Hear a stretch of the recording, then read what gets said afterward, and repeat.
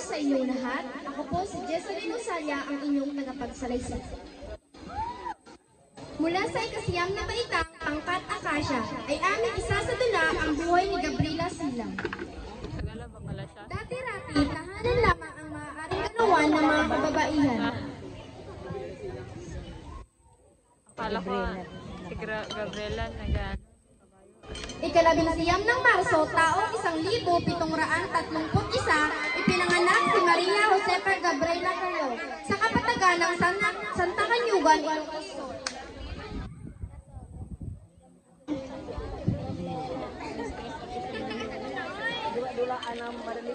Ang ama niya ay isang magsasaka na taga Ilocos Sur at ang ina niya naman ay isang may bahay na taga-Abra.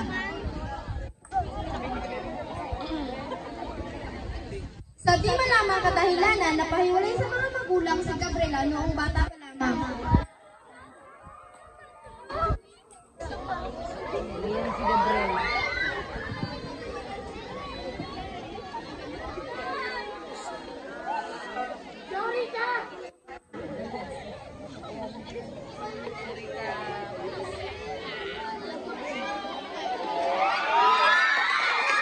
Inampunang pinilitin siya ng mayaman at kilalang negosyante si Don Tomas Milay.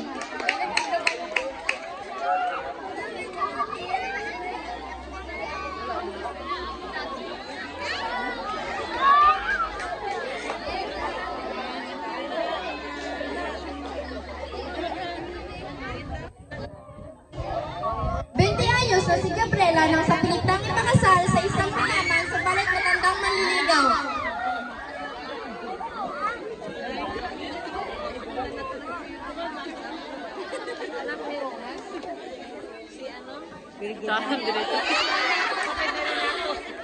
Sa 3 taong pagsasama ay hindi nilala na magkaroon sila ng anak at hindi nagtagal ay pumanaw ang asawa ni Gabriela.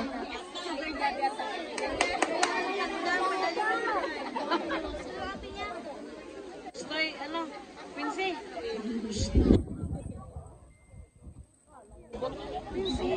Si Quincy. Quincy. Kaibigan. Naiwan sa kanya ang malaking kayamanan.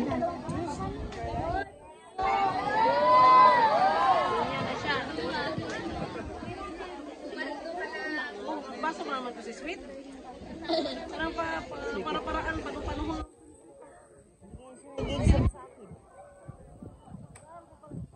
Dumating sa buhay ng Palo ang isang makisig, mabait at makabayang binata.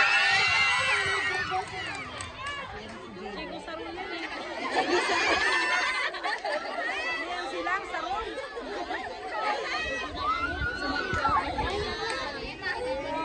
5 taon din naligaw ang manata bago nakasagot si Gabriela.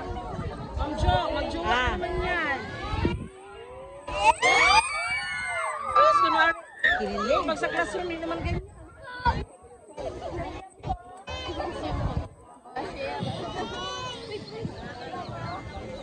Taong 1757, naging mag-asawa sila Gabriela at Diego. Balik! Noon ay may malaki ng problemang panglipunang Ilocano. Pwersahan silang pinagtatrabaho at sinisingil ng pagkataas-taas na buwis ng mga mananakop na Espanyol.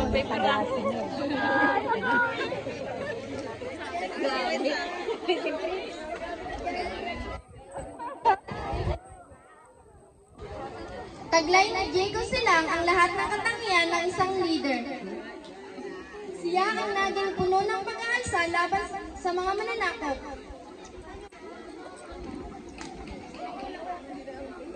Hindi na maglabas. Anong totoong pangalan ni Gabriela? Kasi naging silang man siya, di ba, kaya kay Diego? Kusang loob na sumapi si Gabriela sa kilusan ng kanyang asawa. Masiding layunin nila ang palayain ng buong bayan ng Ilocos mula sa kamay ng mga pagsamantalang Kastila.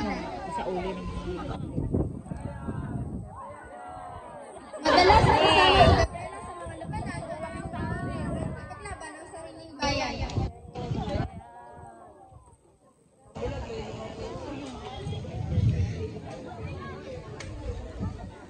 Nang ipapatay ng mga Kastila si Diego ay naiwang lungkot na lungkot si Gabriela.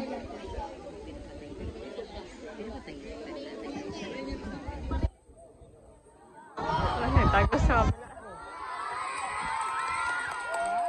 Mga katotohanan, naku nga, may balik na yung mag-uwi.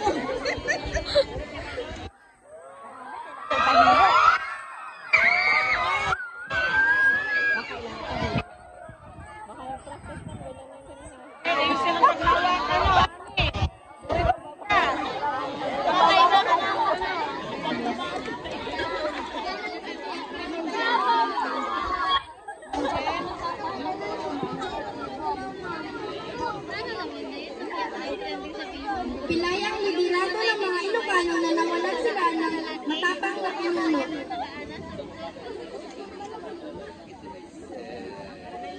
Si Gabriela kasama ang mga kabig ay nagtatakbo sa Abra. Nakuha ng mga Espanyol ang bigan. Kahit wala na ang asawa, hindi natuwag si Gabriela. Kung tatalikod siya ay lalong maliliping sa kamatayan ang mga sundalo niya. Itutuloy niya ang labang naiwan ng kanyang asawa.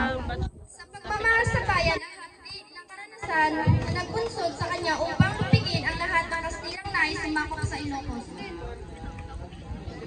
Siya ang kauna-unahang babaeng namuno ng revolusyon sa Pilipinas kasama ang tauhan ng kanyang asawa.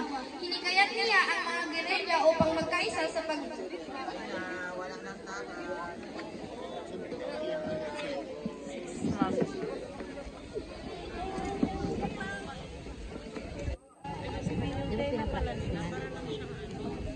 Sa pagdanais na muling makuha ang bigan, pinamunuan niya ang pagsalakay sa mga Kastila.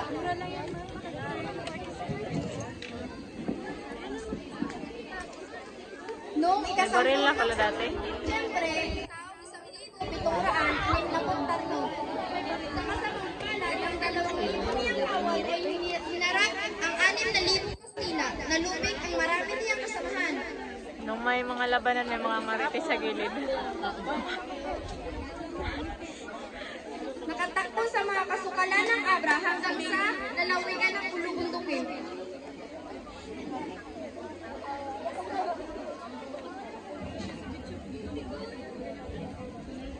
Si Gabriela nagtago at nagtayo sila ng headquarters sa Province Abra.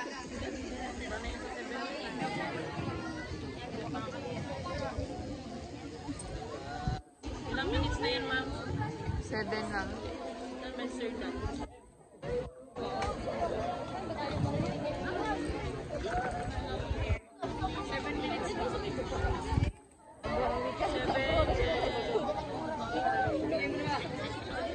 Ngunit natutong pa rin siya ng mga Espanyol. Baka sa amin niya din, 7 minutes din yan.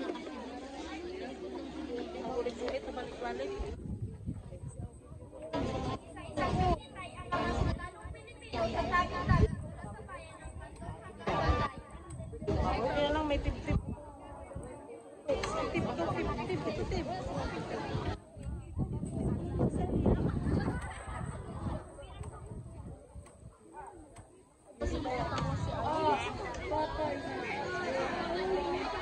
Bilang talumpok ng tagumpay ng mga Kastila, ipinamalita sa lahat ang pagbitay sa hiniralan.